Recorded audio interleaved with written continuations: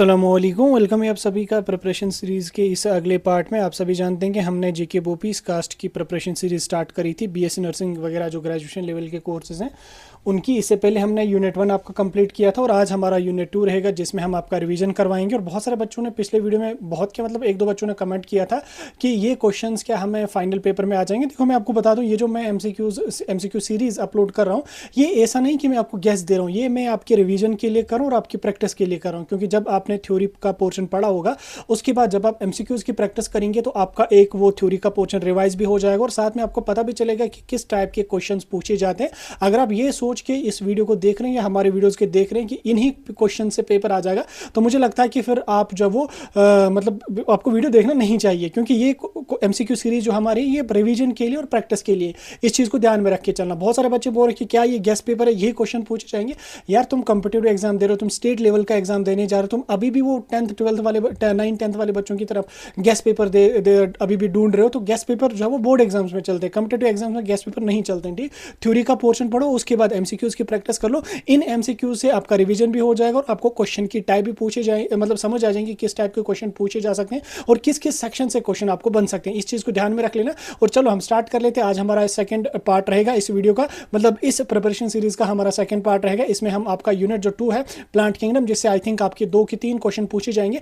इस वीडियो में मैं आपको अलगे वाला पोर्शन भी कवर करवाऊंगा, ब्रायोफाइटस भी, टेरिडोफाइटस भी, जिम्नोस्पर्म वाला भी पोर्शन कवर करवाऊंगा। सबसे हम एमसीक्यूज को प्रैक्टिस करेंगे और ये एमसीक्यूज हम बेसिक से स्टार्ट कर रहे हैं। और अगर आपको एडवांस लेवल के भी, अगर मतलब मैं एडवांस लेवल की क्वेश्चन भी लेकर आऊंगा, आप उस चीज़ की टेंशन मत कर लो। एक वीडियो आपको बेसिक रहेगा, एक आपका थोड़ा एडवांस थोड़ा हाई लेवल का रहेगा। एडवांस भी नहीं ले चल सकते हैं हम क्योंकि वो तो नीट लेवल का हो जाएगा। अगर हम पहले ही हाई लेवल के क्वेश्चंस को देखेंगे तो आपका इंटरेस्ट ही नहीं रहेगा फिर क्वेश्चन को प्रैक्टिस करने में। इसलिए हम बेसिक से क्वेश्चंस को स्टार्ट करो। और याद रखना ये आपके रिवीजन के लिए और ये आपकी प्रैक्टिस के लिए। ठीक, गेस्ट पेपर नहीं है, बिल्कुल भी नहीं। मैं ऐसा दावा बिल्कुल भी नहीं कर रहा हूं कि इन्हीं से पेपर आ जाएगा, तो उस गलतफहमी में बिल्कुल भी आप नहीं रहना। साथ में हमारा टेलीग्राम ग्रुप ज्वाइन कर लेना, वहां पे मैं आपको पीडीएफ भी भेज दूंगा।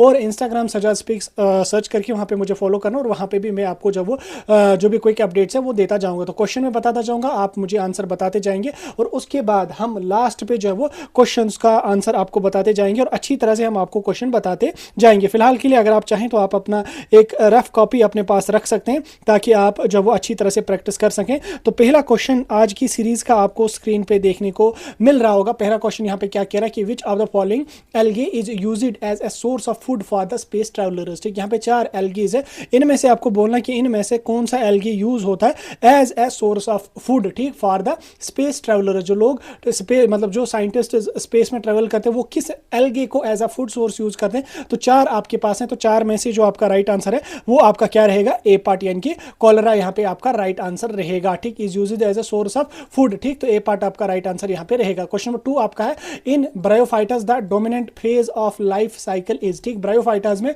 Dominant phase of life cycle कौन सा फेज डोमिनेंट होता है। जैसे स्पोरोफाइटस है, गेमेटोफाइटस है, कैप्सूल है और सीटा है। तो कौन सा यहाँ पे आपका राइट आंसर रहेगा। तो राइट आंसर जो आपका रहेगा वो आपका रहेगा गैमेटोफाइट यानी कि बी पार्ट आपका राइट आंसर रहेगा। ठीक, तीसरा क्वेश्चन आपका है gemma cups are specialised structure for asexual reproduction found in. ठीक, जो आपके गेमा कप्स होते हैं ये स्पेशलाइज्ड स्ट्रक्चर्स हैं फॉर एसेक्सुअल रिप्रोडक्शन, वो किन में फाउंड होते हैं। तो 4 ऑप्शंस आपके हैं, तो 4 में से जो आपका क्वेश्चन नंबर 3 का राइट आंसर रहेगा that will be your B part. B part question number 3 का आंसर आपका राइट रहेगा। उसके बाद क्वेश्चन नंबर 4 की अगर मैं बात करूं तो टेरिडोफाइटस आर कॉल्ड एज वेस्क्यूलर क्रिप्टोगाम्स। ठीक, बिकॉज दे ठीक, यानी कि जो हमारे टेरिडोफाइटर्स होते हैं उनको कहा जाता है वेस्क्यूलर क्रिप्टोगैम्स। उनको क्यों कहा जाता है, ये 4 ऑप्शंस आपके पास हैं। 4 में से जो राइट आंसर आपका रहेगा वो आपका रहेगा सी पार्ट यानी कि दे पोजेसेस जाइलम एंड फ्लोएम। ठीक, but do not produce the flowers and seeds, यानी कि उनमें जाइलम फ्लोएम तो प्रेजेंट होता ही होता है लेकिन वो फ्लावर्स और सीड को प्रोड्यूस नहीं करते हैं। ये किसका फ्यूचर है,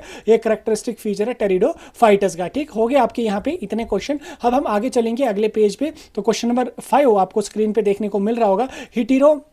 heterospory and seed habit are often associated with which of the following genera। ठीक, तो 4 ऑप्शंस आपके हैं, आपने बोलना कि heterospory और seed habit किस जेनरा से क्यों, मतलब किस जेनरा से एसोसिएटेड होता है। तो 4 ऑप्शंस आपके स्क्रीन पे आपको देखने को मिल रहा होगा। 4 में से जो आपका राइट आंसर है वो कौन सा रहेगा, आइडेंटिफाई आप कर लो। अगर आपने आइडेंटिफाई किया तो ठीक है, नहीं किया तो आपका सी पार्ट यहाँ पे राइट आंसर रहेगा। नेक्स्ट क्वेश्चन यहाँ पे आपका the peat moss used for the transshipment of living living material is, जो पीट मॉस है जो हम जो यूज होता है as a transshipment of living material, वो क्या होता है। तो 4 ऑप्शन आपके पास है क्वेश्चन नंबर 6 के, तो 4 में आपका राइट आंसर जो रहेगा वो आपका रहेगा D part. D part will be the right answer for question number 6। उसके बाद नेक्स्ट क्वेश्चन नंबर 7 आपका है, तो gymnosperm, in gymnosperm the ovules are, gymnosperms में ओव्यूलस क्या होते हैं, जैसे आप यहाँ पे देख लो जिम्नोस्पर्म्स में ओव्यूलस क्या होते हैं। 4 ऑप्शंस आपके पास है, तो 4 में से जो आपका राइट आंसर रहेगा क्वेश्चन नंबर 7 का वो आपका रहेगा क्या, बी पार्ट। वो यहाँ पे नेकेड होता है और अटैच्ड होता है किसमें, मेगास्पोरोफिल्स के साथ अटैच्ड यहाँ पे होता है, यानी कि बी पार्ट राइट आंसर रहेगा। ठीक, उसके बाद क्वेश्चन नंबर 8 यहाँ पे रहेगा आपका, coralloid roots of Cycas are associated with. 4 options आपके पास है क्वेश्चन नंबर 8 के, और 4 में आपका राइट आंसर जो रहेगा वो रहेगा नाइट्रोजन फिक्सेशन साइनोबैक्टीरिया। ठीक, नाइट्रोजन फिक्सेशन साइनोबैक्टीरिया आपका क्वेश्चन नंबर 8 का राइट आंसर यहाँ पे रहेगा। ठीक, तो इस तरीके से आपके क्वेश्चन यहाँ पे बनेंगे। हम आगे चलेंगे, अगला क्वेश्चन यहाँ पे आपका डबल फर्टिलाइजेशन से। तो double fertilisation is a characteristics unique to, ठीक, किसमें वो यूनिक होता है, क्या वो जिम्नोस्पर्म्स होता है, टेरिडोफाइट्स में होता है, एंजियोस्पर्म्स में होता है, या एल्गेज में होता है। तो क्वेश्चन नंबर 9 का राइट आंसर आपका यहाँ पे रहेगा, कौन सा रहेगा, किसमें डबल फर्टिलाइजेशन होती है, तो वो आपका रहेगा सी पार्ट यानी कि एंजियोस्पर्म्स। ठीक, तो एंजियोस्पर्म क्वेश्चन नंबर 9 का आपका राइट आंसर रहेगा। नेक्स्ट हम चलेंगे क्वेश्चन नंबर 10 की ओर। 10th क्वेश्चन यहाँ पे आपका है, the cell wall of algae is generally composed of, cell wall जो अलगे की होती है वो किस चीज से बनी होती है। 4 ऑप्शंस आपके हैं, 4 में से राइट आंसर क्या रहेगा, जैसे काइटिन है आपका, सेल्यूलोज है आपका, उसके बाद पेप्टाइडोग्लाइकन है आपका, और चौथा ऑप्शन आपका है। तो 4 में से जो आपका राइट आंसर रहेगा क्वेश्चन नंबर 10 का वो आपका रहेगा कौन सा, बी पार्ट, यानी कि सेल्यूलोज, गैलेक्टेंस और यहाँ पे मेनस। ठीक, तो ये आपका राइट आंसर रहेगा क्वेश्चन नंबर 10 का। उसके बाद हम मॉर्फोलॉजी ऑफ फ्लावरिंग प्लांट से कुछ क्वेश्चंस को देखेंगे। इसमें पहला क्वेश्चन आपका यहाँ पे यानी कि क्वेश्चन नंबर 11 है, the region of the most responsible for the growth in length is. ठीक, कौन सा रीजन रेस्पॉन्सिबल होता है जिससे रूट्स में ग्रोथ होती है। ठीक, ये यहाँ पे रूट्स की बात हो रही है, कौन सा रीजन यहाँ पे होता है, जैसे रीजन ऑफ मैचुरेशन है, रीजन ऑफ एलोंगेशन है, रूट कैप है, या रीजन ऑफ मेरिस्टेमेटिक एक्टिविटीज हैं। तो राइट आंसर आपका क्वेश्चन नंबर 11 का क्या रहेगा, राइट आंसर यहाँ पे रहेगा, आप अंदाजा इसे भी यहाँ पे लगा सकते हो। तो इलोंगेशन की यहाँ पे बात हो रही, तो रूट रीजन ऑफ इलोंगेशन यहाँ पे राइट आंसर रहेगा क्वेश्चन नंबर 11 का। ठीक, उसके बाद क्वेश्चन नंबर 12 की अगर मैं बात करूँ, तो 12th क्वेश्चन आपको स्क्रीन पे यहाँ पे दिख रहा होगा, the direct elongation of radicle leads to the formation of, radicles में जो डायरेक्ट इलोंगेशन होती है उससे क्या होता है, क्या उसमें एडवेंटिशियस रूट बनते हैं, सेकेंडरी रूट बनते हैं, टैप रूट्स बनते हैं, या फिब्रस रूट्स बनते हैं। तो कौन से रूट्स हमारे बनते हैं, क्वेश्चन नंबर 12 का क्या आंसर आपका सही रहेगा, तो वो हमारा रहेगा प्राइमरी रूट्स। ठीक, यानी कि क्वेश्चन नंबर 12 का सी पार्ट हमारा जो वो यहाँ पे राइट आंसर रहेगा। ठीक, यानी कि primary roots will be the right answer for question number 12। उसके बाद क्वेश्चन नंबर 13 की ओर हम चलेंगे। तो क्वेश्चन नंबर 13 यहाँ पे, in monocotyledons stem the vascular bundles are usually, ठीक, डाइकॉट, मोनोकॉट, ये सारी चीजें आपने roots, dicot roots, monocot roots, dicot stem, monocot या डाइकॉट मोनोकोटिलेडन्स स्टम वगैरह आपने सारी चीजें पढ़ी होती है। तो उनमें जो वेस्कुलर बंडल्स होते हैं वो क्या होते हैं, क्या वो open and arranged in ring form होते हैं, या क्लोज्ड एंड स्कैटर्ड होते हैं, ओपन एंड स्कैटर्ड होते हैं, closed end arranged in ring होते हैं। तो कौन सा ऑप्शन आपका क्वेश्चन नंबर 13 का राइट आंसर रहेगा, that will be question number 13 का जो राइट आंसर रहेगा that will be B part, यानी कि वो क्लोज्ड होते हैं और वो स्कैटर्ड यहाँ पे होते हैं। ठीक, यानी कि B part will be the right answer for question number 13। उसके बाद क्वेश्चन नंबर 14 की अगर मैं बात करूं, axillary buds develop from the cells left behind in the, कहां पे होते हैं, क्या वो रूट एंड एपिकल मेरिस्टेम में होती है, या शूट एंड एपिकल मेरिस्टेम में होती है। तो क्या आपका आंसर रहेगा क्वेश्चन नंबर 14 का, तो क्वेश्चन नंबर 14 का जो राइट आंसर रहेगा that will be the B part, यानी कि शूट एपिकल मेरिस्टेम। ठीक, ये आपका राइट आंसर रहेगा क्वेश्चन नंबर 14 को। ठीक, उसके बाद क्वेश्चन नंबर 15 की ओर हम चलेंगे।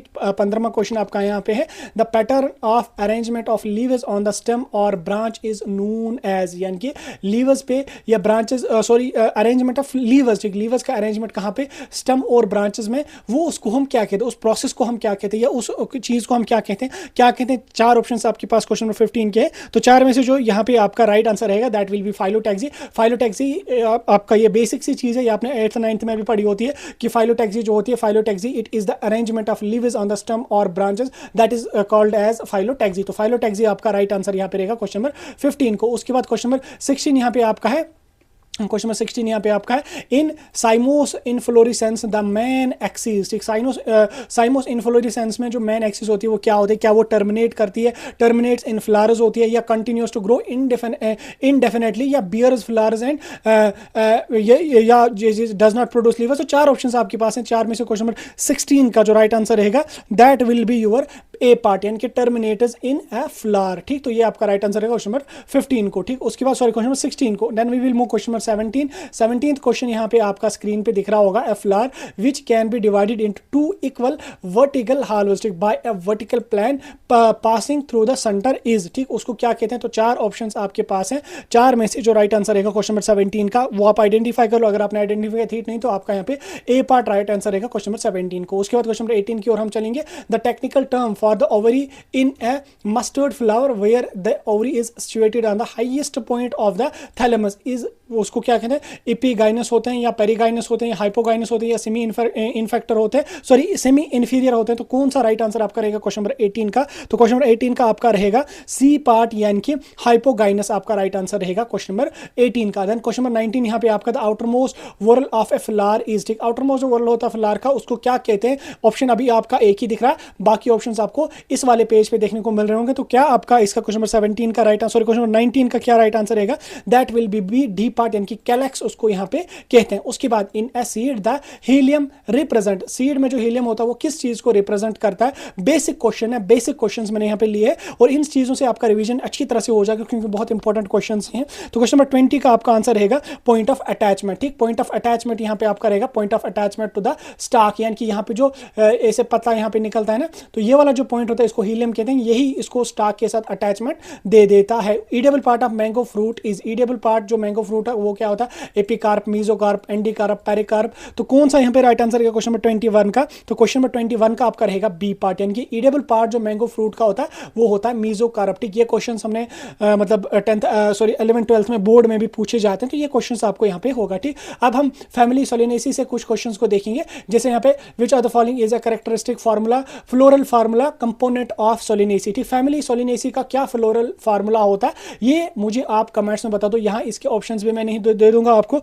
और आंसर भी मैं आपको क्वेश्चन नंबर 22 का नहीं दे दूंगा, तो वो मुझे आप कमेंट्स में बता दो इसका आंसर। ठीक, क्वेश्चन नंबर 23 यहाँ पे आपका the fruit in a family Solanaceae is typical. ठीक, जो फ्रूट होते हैं फैमिली सोलिनेसी के प्लांट्स में वो क्या होता है? चार ऑप्शंस यहाँ पे आपके हैं क्वेश्चन नंबर 23 के, चार में से जो राइट आंसर रहेगा वो आपका रहेगा बी पार्ट यानी कि बेरी और कैप्सूल। ठीक, बेरी और capsules these are the fruits of family Solanaceae. ठीक, उसके बाद क्वेश्चन नंबर 24 की हम अगर बात करेंगे तो क्वेश्चन नंबर 24 आपका है which are the following plant belongs to the family Solanaceae and is used as a medicine. ठीक, तो कौन सा प्लांट जो है वो फैमिली सोलिनेसी से बिलोंग करता है और उसको हम एज ए मेडिसिन यूज करते हैं? तो कौन सा प्लांट है? एक तो ऑप्शन ये रहा और तीन ऑप्शन आपको यहाँ पे देखने को मिल रहे होंगे। तो बेसिक क्वेश्चन है क्वेश्चन नंबर 24 आपका बेसिक है, इसमें आपका एट्रोपा बेलाडोना यहाँ पे राइट आंसर रहेगा। अब एट्रोपा जो बेलाडोना है काफी फेमस है, अब इसको कश्मीरी में या उर्दू में क्या कहते हैं तो ये भी मुझे आप कमेंट्स में बता दो। दो क्वेश्चन आपको कमेंट्स में मुझे आंसर इन दो क्वेश्चन का बताना है। ठीक, उसके बाद क्वेश्चन नंबर 25 आपका जो है वो भी आपको स्क्रीन पे देखने को मिल रहा होगा। जैसे क्वेश्चन नंबर 25 आपका persistent calyx is a characteristic feature of, किसमें ये कैरेक्टरिस्टिक फीचर होता है? जैसे पी प्लांट है, ब्रिंजल है, उसके बाद सनफ्लावर वगैरह, तो किसमें से यहाँ पे राइट आंसर रहेगा हमारा क्वेश्चन नंबर 24 का? वो आपका ब्रिंजल है, पता ही है आपको ब्रिंजल। ठीक, तो ये आपका ब्रिंजल यहाँ पे राइट आंसर रहेगा। तो इस तरीके से आपकी आज की प्रैक्टिस सीरीज रहेगी, इसमें हमने बेसिक क्वेश्चंस को लाया और कल मैं कोशिश करूंगा थोड़े एडवांस लेवल की क्वेश्चन लाऊं और इसके साथ हम इस मतलब यूनिट को खत्म करेंगे क्योंकि यहाँ से आपको आई थिंक 2 ही क्वेश्चन पूछे जाएंगे, तो उतने हाई लेवल के क्वेश्चन यहाँ पे इस वाले यूनिट से बनते नहीं, इसलिए मैंने भी उतने हाई लेवल के क्वेश्चन यहाँ पे आपको लाए नहीं। तो इसलिए आप जो वो टेंशन लेने की कोई भी जरूरत नहीं है। बाकी आने वाली वीडियोस में हम आपको और भी प्रैक्टिस करवाएंगे, रिवीजन आपकी करवाएंगे। बाकी ये वीडियो अच्छा लगा लाइक शेयर जरूर कर लें।